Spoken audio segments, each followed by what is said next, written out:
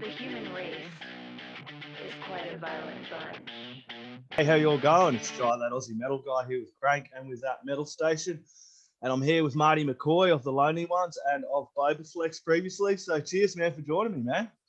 Thanks, man. It's awful late over there. Yeah, it is. 4:30 in the morning. I got up about 2:30, started downing coffees, man. Keen for a chat, dude. It's been about 8 months, so you've been fairly busy considering the state of the world, man. Has it been 8 months? Yeah, it's been 8 months since we chatted last time, dude. It's been crazy. I actually had to have a look. I saw the email request come up, and I was like, hell yeah. I was excited, man. It's good to see you, man. How you been? Yeah, good, man. Good. Just flat out trying to keep busy, you know what I mean? Same as you guys, you know. Last time I spoke to you, I think it was you just had the Lonely One and the Eternal Sadness tracks, I think, out at the time that I'd spoken to you. Yeah, I think that's correct. Yeah, if it was 8 months ago, that's correct. Yeah, man. So now you've got the real big trouble. That Flash, the hero track you done, that cover of the Queen, man. That done really well for you, man. That was all over the place. It was really good to see. It was with Brian May giving us the thumbs up. I mean, it was like a dream come true. It was something that I hoped would happen, like a little kid. Like, wouldn't it be really great if Brian May checked it out? And he did. And I was like, holy shit, he gave us the thumbs up. So we're still giddy about it. We still talk about it probably once a week. Like, oh, by the way, Brian May thought we were pretty cool. So let's check that one off the list. Yeah, whose idea was it to do that cover? Jimmy came up with the idea. He was like, look, we're a brand new band. We got to come out swinging. Everybody's doing covers. So let's do something that sets us apart. And I was like, what's the idea? He's like, Flash Gordon by Queen. I was like, are you out of your fucking mind? And he was like, oh, we can do it. I was like, I don't know if we can. And so then we started working on the music, and the music was really hard because it's a movie soundtrack. So it's like, you know, certain parts are the same, sound the same, but they're very different tempos and things like that. Because, you know, in this part, it's a soft section, and this part's really exciting fight scene. So the tempo was like trying to ride a snake through the desert. And so once we got that done, that was interesting and took some time. It was a lot of fun to do. And the whole time inside, I'm freaking out about the vocals. It's like, okay, cool, music sounds good. That's important, but here comes the big game changer. Can we do the vocals? We worked out we did it a cappella just to see what it would sound like. And between myself, Jake, and Jimmy, we got all the ranges covered. So we started doing a cappella, and it took about 30 to 40, probably a minute, where I was like, it started to really sound good. And, I was like, oh shit, we might be able to pull this off. But still, the whole time while we were recording it, I was like nervous. Like, I mean, that if we fuck this up, man, we're gonna be. And that was another thing we thought was hilarious. It's like, we said, what if Brian May checks us out? This would be great. The other thing we said is we're going to get a lot of views on this video because people can't wait to see how we fucking dropped the ball on this one. Just strangers who don't know who we are instead of a Queen cover, whatever. Let's check this out and see what a pile of shit this is. So we knew we were going to get some views on it. But fortunately, it's been really good feedback. I think there was one guy that said, write your own songs. We're like, yeah, that's a good idea. We'll try that. Yeah, we do that, and we've been doing it for quite a fucking while. That's what whenever we get negative comments, which I think they're hilarious, because I've grown up with a brother and sister, and all my friends were older than me, and that's just how you get along with each other. You just rip each other apart. So to me, the negative comments are hilarious, especially if they're good ones, especially if they nail me to the wall, like, oh shit, he got me on that one. So we like to answer negative comments with like we don't know they're negative, like, oh, that's a really great idea, man. We should actually try to write our own songs. We never thought of that. And thank God that you were here on this comment to help us move in that direction as a band. And cheers for the view as well, man. I don't understand negative comments as well, but I find them funny. I'm the same. I'm reached the point where we've actually started getting some comments in, and I find them quite humorous a little bit. I do too. Cheers for checking out the video as well, dude. And cheers for going to that effort to leave a negative comment. I think it's great. When we were in Bobaflex, our first record was called Primitive Epic. And we worked our ass off on it. And the very first review that we got was one sentence: primitive, yes; epic, no. my brother and I framed that shit and thought it was the funniest shit ever. It was like, this is so Spinal Tap, shark sandwich, Spinal Tap. I thought that's the greatest review ever. And what you do is you take those things and you move forward and you learn from them. And the guy was right. You know, we were young and didn't know what we were doing, and it was the best we could do at the time. But we had plenty of growing room, and we just thought it was the funniest shit ever. This is primitive epic. Or primitive yes, epic no. And look where you are today. I bet you that reviewer's not there writing reviews anymore. You know what I mean? You have the lifespan to show for it. My brother printed it and framed it. He still has it. I like that. And he would have used it as a little bit of fucking drive too. Fuck you too, mate. Yeah. Look where we're going, man. Just the funniest shit ever. And sometimes when people nail you like in reviews and stuff, and they go, he's just trying to be this. I was like, oh dang, he got me. He just thinks he's Maynard James Keenan. He's like a poor man's Maynard James Keenan. I was like, damn, he nailed me. That's bloody stupid, isn't it, man? Real Big Trouble. I want to chat about that track, man. That was cool. I love the version of it, and the acoustic version was equally as good as well. Thanks, man. It's a love song. Yeah. You know, it sounds like a heavy rocker, but it's a love song. When I met my current girlfriend, we went on a date, and it was the best date I've ever been on in my life. She's like, I have to work tomorrow, so if you come by at noon, that'd be great. And I was like, cool. And so I came by at noon, and as soon as I walked in the door, she threw a hit of pure MDMA in my mouth, ecstasy, at noon on a Friday. And it was the strongest I've ever done in my life. And I went into the bathroom and fell down onto the ground, thought I was having a stroke. Like, oh shit. And I was trying to be cool because I didn't know her yet. You know what I mean? I'd been on a date 15 years. And so I was like, okay, cool. So I had to pull myself up and look in the mirror and like, no matter what happens, you go out there and you know what to do. And so I did. And I went out there and the ecstasy was kicking in, major fire. And you know what happens on that stuff. And she took her shirt off, and I fell to the ground and said out loud. I didn't think I said it out loud, but she told me later I did. I said, oh, I'm in big trouble. Oh, real big trouble. Yeah.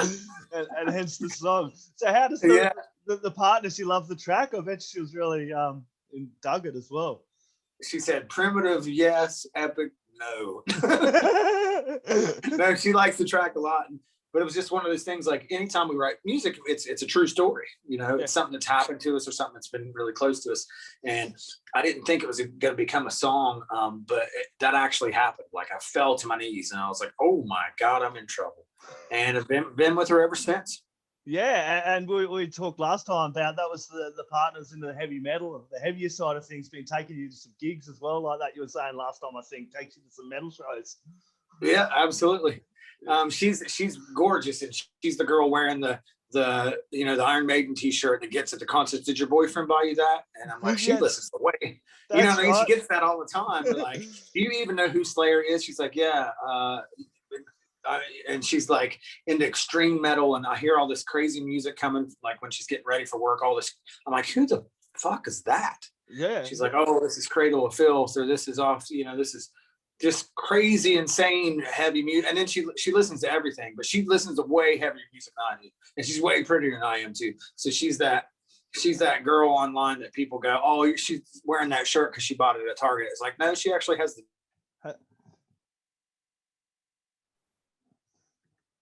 there we go. breakup on you. Yeah. No, that's why I hate that kind of fucking, I don't know, people who do kind of typecast women over metal and things like that and go, oh, well, she's a woman, she's not hard enough. I've seen one comment about some dude going on about Courtney LaPlante from Spirit Box. Man, that girl can sing. I haven't heard. Absolutely. Oh, dude, and I've heard some ripping females that can just hold it down vocal-wise. Venom Prison. I've been listening to a bit of them as well out of the UK, and just some amazing fucking hard women of metal out there. That can... Oh man, it's like that was always my thing. It's like I see these articles and stuff about women in metal, and it's the word women real big, and I'm like, man, to me, I've been on tour with all kinds of different bands, and I never saw it as, oh, she's great for a girl. I just thought, man, she's the lead singer of the band. She's a band member. She's badass.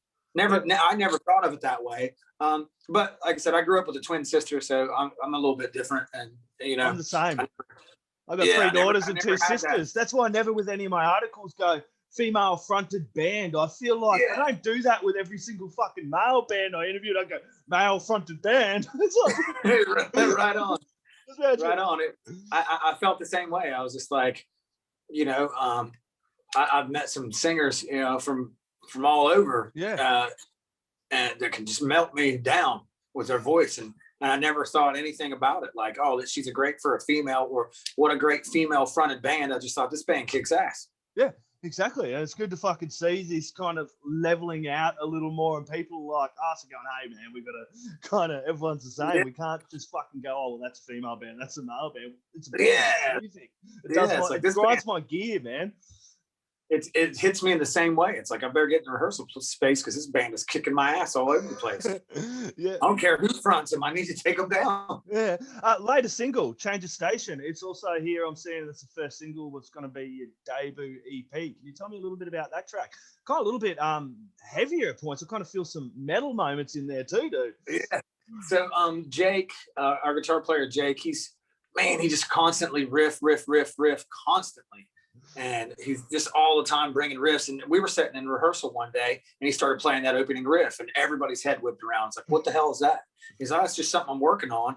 And everyone was like, that's awesome. So it gave him this little inspiration to go off and really work on it. And he just, I mean, he's just a great guitar player and just constantly bringing riffs.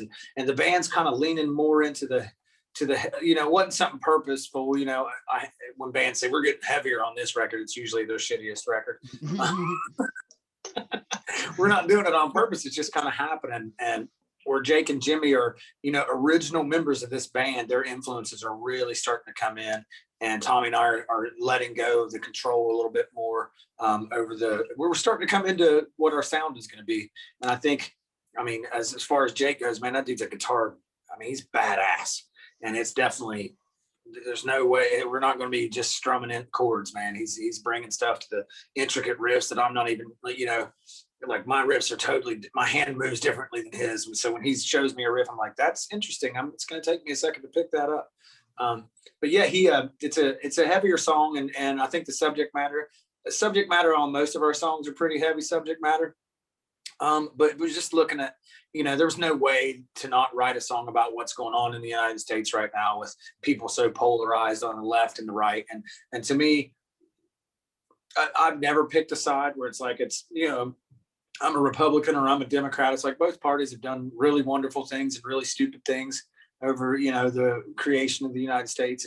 And the weirdest thing to see is I think the pandemic is the perfect storm for people to be so angry and scared and have to latch on to something. And it must be you guys fucking this up, or it must be you guys doing this. And it's like, I mean, I get it. It is scary. I never thought in a million years that I'd be living through a global pandemic with a virus that killed 500,000 people in our country.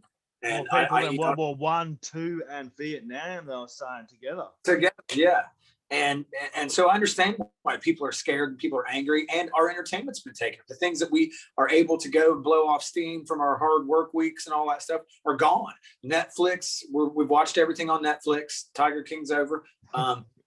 That was just an awesome show. You know, movies, they're not even making new movies really anymore because you can't during a pandemic, can't go to concerts. So there's nothing to do and people just staring at their phones and angry. And I get that. I understand that. Do I think it's right? No. But it's like, so that's why the song doesn't pick a side. It's talking about, hey, both sides are being pretty ridiculous. How did we get from, you know, I'm liberal leaning or I'm conservative leaning to I want to kill the other side and march on the Capitol or, you know, burn down our city. It's pretty fucking crazy. And it's the perfect storm. It's because of the coronavirus and fear. I think fear and anger is what's caused all this. And I think it's my news feed on Facebook and Instagram and stuff is starting to go back into a happier place. Yeah. Because I think there is a light at the end of the tunnel. And you know, the cases are starting to go down and people are starting to talk about concerts and things are opening back up. So there's that light at the end of the tunnel and people are starting to see, you know, a normal kind of what it maybe look like in the future for a normal kind of world. And I think they're starting to realize we're not that much different as we. I just think, like I said, with the pandemic, you're just staring at your phone and just pissed off. And you know, you got Russian trolls out there. This is a real thing. These Russian trolls are, you know, Hillary Clinton is the devil. You know, I would like to see those Russian trolls in The Hobbit or something, though. Yeah. Does get to the ring. It's like it's a very sophisticated. It's a very sophisticated thing that they've set up to tear us apart from the inside, and it's a new war, and it's you know, we're getting caught up in it instead of looking at it, stepping back again. This doesn't make any sense, and you know, it is a new war. It's a cyber war where they're using, you know, they're using Black Lives Matter as a weapon when that's not what it's about. They're using, you know, the conservatives as a weapon when that's not what it's about. And then they're posting all these horrible things like Hillary Clinton's a lizard person, Donald Trump's a racist. If you're on this side, you know, you believe in everything on the side. And it's just turned into this horrible, it's like the Packers are running for president. It went crazy because I think America, like I've got a lot of American friends, like people I've met like you over the last few years, but I think it kind of went really crazy, and I've never seen a country get so into fucking politics before. We're over here in Australia. We know our fucking both parties. We would, I don't know. We just don't get caught up in that politics. We know both parties trying to fuck us. It's just a matter of which degree they're going to fuck us. So everything they say is a load of crap. I couldn't believe half the way.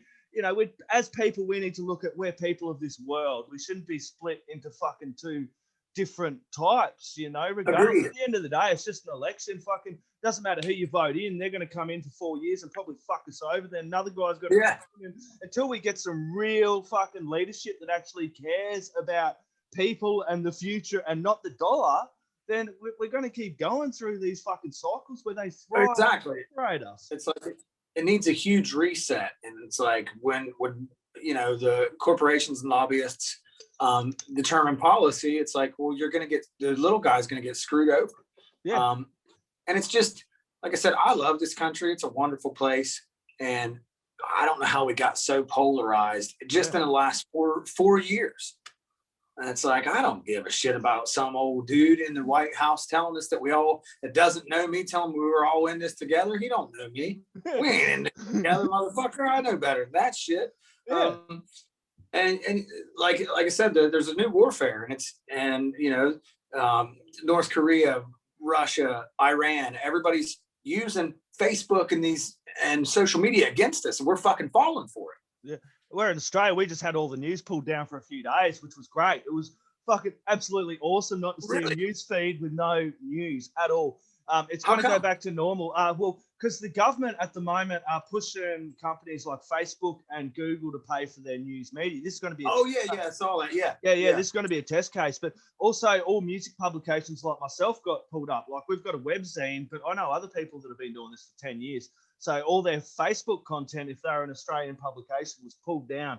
No fucking music media publications as well. They were all ripped out. I couldn't even type in crank.com and come up with the news media regulations and everything. Shit. Yeah. Facebook right onto it. They were like, because Google signed multi-million-dollar contracts with the 7, the 9, all the media corporations and that here in Australia. And Facebook are like, we're not even going to fucking deal. They just pulled everything down. But now they've come back to the table because there's something going on with the government. There's a new thing out. I think it's called Space Hey. It's like MySpace. Have you seen that yet? Nah. I just signed up for it yesterday. My girlfriend's like, oh, you got to get on there. You got to get on there. There's like 95,000 people have joined in less than a month. And it's like MySpace. It's exactly like MySpace. And it could be huge for musicians. Because the thing we have 117,000 followers on our Facebook page. And we can only reach like 3% of them with posts without paying for it. Yeah. Which I understand, it's a corporation and they have to make money. I get it. But it's, you know, it's tough on where we're not touring. We're not able to be able to put the funds in like we used to be able to. You know, when we're touring, we're able to put money back in and reinvest in the company and all that stuff. And we're not able to. So this Hey Space, it's either Space Hey or Hey Space. I signed up for it yesterday. It's just like MySpace, and it could be cool. Maybe it catches on, maybe it doesn't, but there's enough users on it now to make a band profile page and start pushing our music out that way. you hit on a good point about that 3%. You can only reach that 3%. And when Facebook fucking start playing games like that, publications like me do this for the love of it, and we promote bands like you as well to the fucking Facebook media as well. So that kind of affects the scene as well. So I'm glad that's not going to hang around for too long. I hope so. I mean, it's like for us to reach our fans, it's going to cost us $1,000 a day, or, you know, $1,000 a week, and it's like, and the fans, and that's the thing. The fans, like, we were going on how 2020 had its negatives, but 2020 also had a lot of positives for me. I had a lot of time to check out new music. I think I interviewed something like 135 bands. I was just new music every day. I bought a ton of records. I bought merch, and you know, I think it's important for people, like, not just to hit those fucking Spotify listens. And I do bang on this a lot. Like, Spotify's fucking, oh yeah, get the Spotify listens. That's great. Thank you everyone for listening to Spotify. But what's really good is getting along and supporting bands, because it's been a shit year. You said you can't tour, you can't do fuck all. And for tours, you sell a lot of merch, you have a lot of crowd interaction, fan interaction, pardon me, and you're able to make those connections with your fans. You then go over your merch stand, buy your merch. And, you know, I think it's important for people to also buy music as well, not just fucking hit those Spotify listens. Like, you love the lonely ones, pre-order the EP when it's up, pre-orders are up, buy some fucking merch, get shirts, you know, to actually support the band, because we all know Spotify isn't doing fuck all for the artists, and nor are the governments. No, I agree. I mean, I understand, like, for artists it's rough, but as a listener, it's like, I love Apple Music and Spotify and all that shit. And so I feel guilty for saying that. As a listener, I'm like, shit, man, I got access to everything. You bring me Horizons out, I'm rocking it today. You know, the new Chevelle's out, I'm jamming it today. But the pandemic has been, I think there's going to be an explosion in art again, like the Renaissance. Yeah. I think people are tired of looking at their phones. I know I am. I know that I like, fuck it, put my fucking phone down. I've seen everything on Netflix. I've seen everything on, you know, on Facebook, and it was an ugly, negative place there for a minute. So I think when the pandemic, when the virus starts to get under control, when everyone's vaccinated, and I think there's going to be this renaissance of, like in the 70s, where bowling alleys, skating rinks, and concert venues are going to be full every night.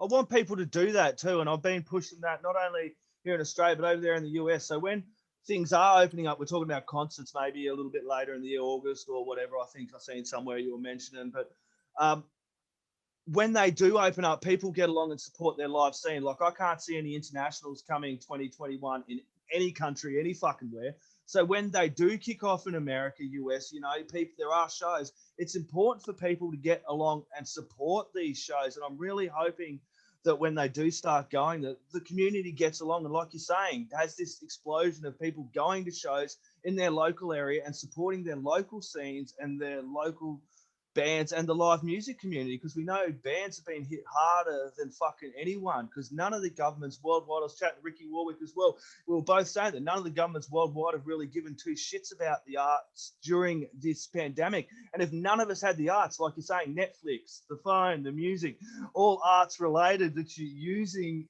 if we didn't have that during the pandemic, it would have been crazy. There would have been a lot worse. Oh God, yeah. And it's you know, we realize, I think, as the human race, how much we need that, how much we need art and music and just connection with people and being, I mean, I can't wait to rub elbows with a stranger in a crowd while the kick drums hit me in the face from the, you know, the audience. I can't wait to do that again. I'll take none of this shit for granted. I'll take, you know, late nights driving, you know, shitting at the Wendy's. I'll take none of it for granted ever again. Yeah, even that big guy standing in front of me blocking my view, he just fucking smells so bad. I'll buy him a beer. I'll be like, fuck, yeah. Good to see you, buddy.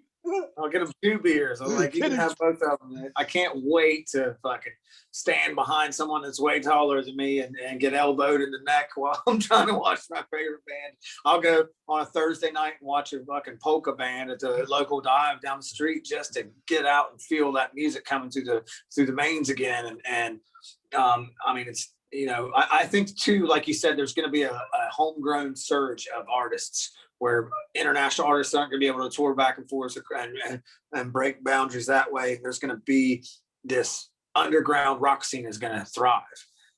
Because, you know, like I said, the big 20,000 seaters and 10,000 seaters and stuff, it's going to take a little bit more time for those to open up. The Welcome to Rockvilles and the, you know, Sonic Temples and stuff like that, where you 70,000 people at big rock festivals. I think it's going to take, they're going to dip their toe in a little bit and see how this all works. But, you know, the 500 seaters are going to be slam jam packed on Wednesday nights. And that's the thing. We're not worried about it, but that's why we pushed everything back to August, because it looks like some things in the States are opening up earlier than that. But there's going to be a traffic jam of everyone trying to play Columbus, Ohio on a Thursday night. Or, you know, the reschedules and shit like that. It's like, because we thought we were going to play in October. We thought we were going to play in March, and we just pushed it back to August as a safe space, so we don't get caught in that bottleneck of everybody trying to get back out and playing, so that we could secure those dates and make sure that we didn't have to move them again or double bookings or anything like that. So, I mean, fingers crossed. It's look, there's a light at the end of the tunnel. And I feel like everybody's starting to feel it, and it's almost like the hibernation bear. The spring is coming, and people are starting to stretch out and yawn and shed their COVID weight and get ready to get back out and start drinking and singing songs. Yeah, and that's good for you guys, because you've been busy working on, you know, the Lonely Ones the last year, slowly teasing out the singles and everything as well, leading towards your debut EP.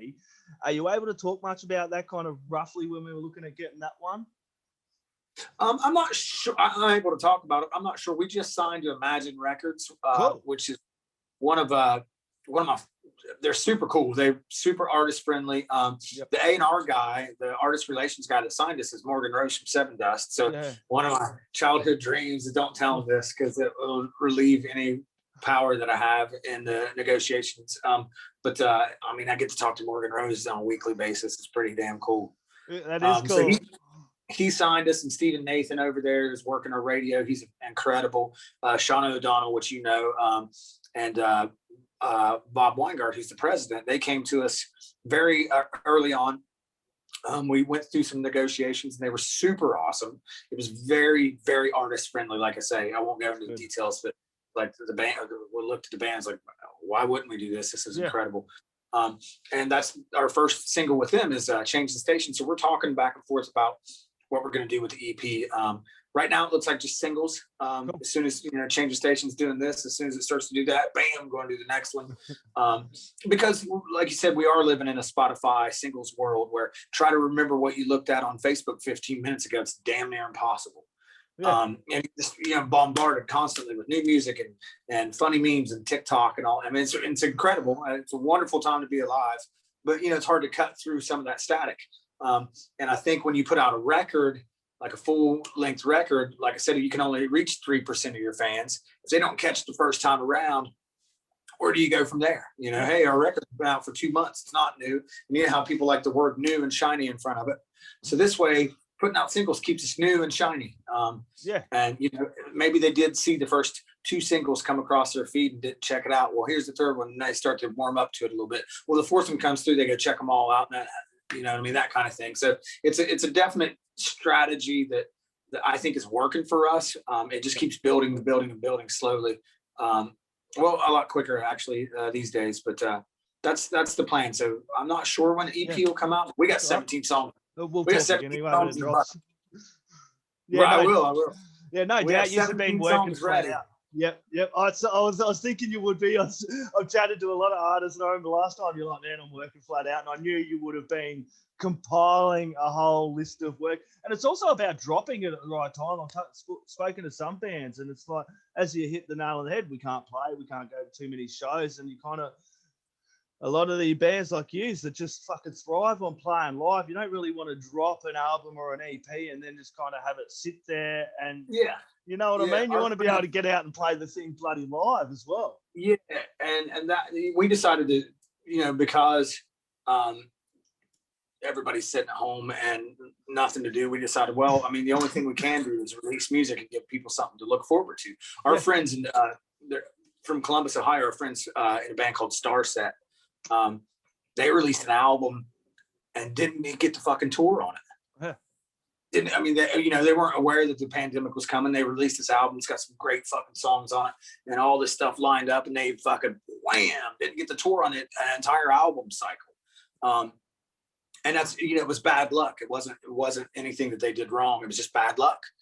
So we decided, that we were, instead of releasing an entire record and just not being able to tour on it, we'll just do singles and we're brand new. We're getting people used to the band and just knocking them over the head every couple of weeks with a new song.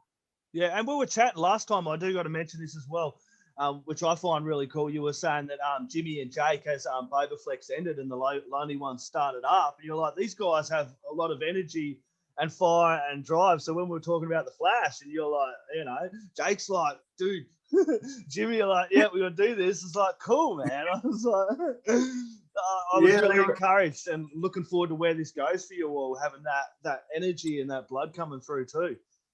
And it's given us a new sound, you know, when we were in Bobaflex and stuff. Not that we would ever make them feel this way, but subliminally they felt like there's a hierarchy here. Yeah, and this is. And now they don't feel that way at all. They're like, fuck you guys. And the Lonely Ones, as you said, we're still kind of fresh and new. You aren't really got this fucking, I don't know, where people get these labels. You can kind of bring out a track and change a station that does have those heavier riffs and those kind of metally riffs, and then it's okay. This is what we're doing. You're not kind of locked into this is the way we're doing things as you were in Bobaflex. It's like a new child per se. You know what I mean? Like, absolutely, and that's what it feels. That's what it feels like. It's like it feels it feels exciting, new, and to let these guys just smash their influences in on. It's like one of the funny things that happened the other night. We did a podcast with Big Jay Okerson. It's a comedian that's pretty big here in the States. Okay. And Jake's a huge fan. Jake's like, holy shit. And while we were doing that, then about 10 minutes later, a big radio station in Spokane, Washington called and said, hey, we're getting ready to play your single. And I was like, cool. So we downloaded the app and listened to it on the radio. And we're watching Jake. He looks like a child. Like, how I can only imagine when your child sees a butterfly. He'd never heard a song on the radio before. Yeah.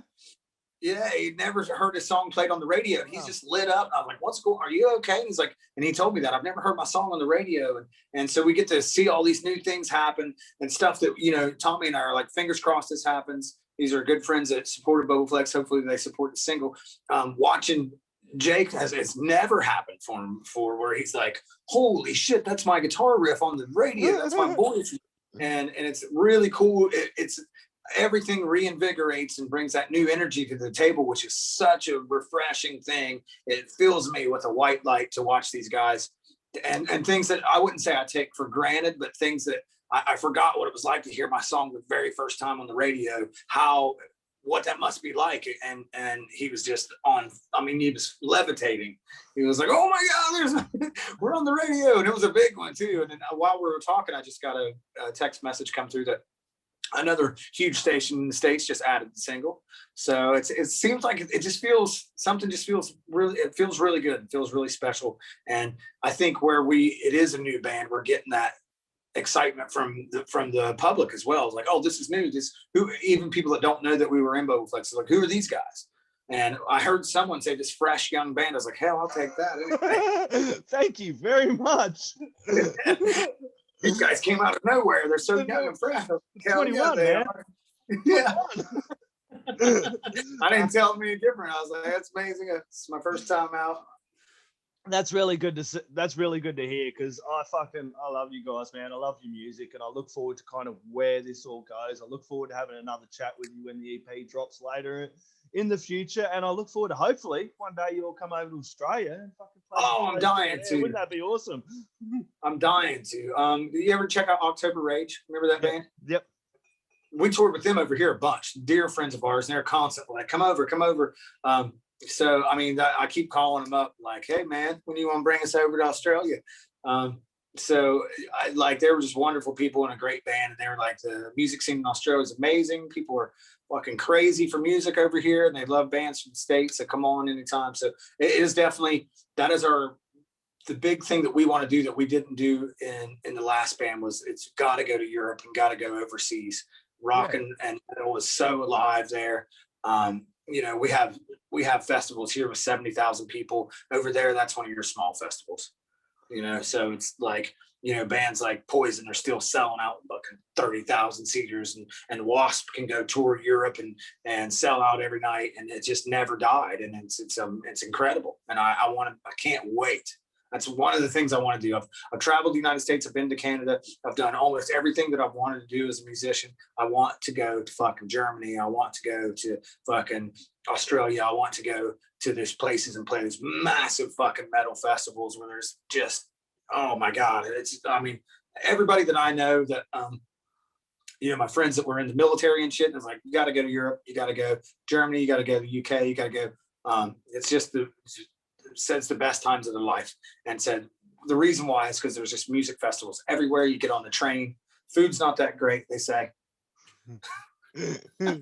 I would like to get over to Europe for a couple of festivals. I know there's a few festivals I've got marked on my calendar for the bucket list, that's for sure. It's quite a long flight for your ass though. Yeah, man, that's for sure. And fucking money too. It's all about money. I've got kids, man, they love my money. Awesome. Get over here, you get over here, you can stay with me, man. Exactly, man. I'm looking forward to it. I've got a few people I've got to see over that way.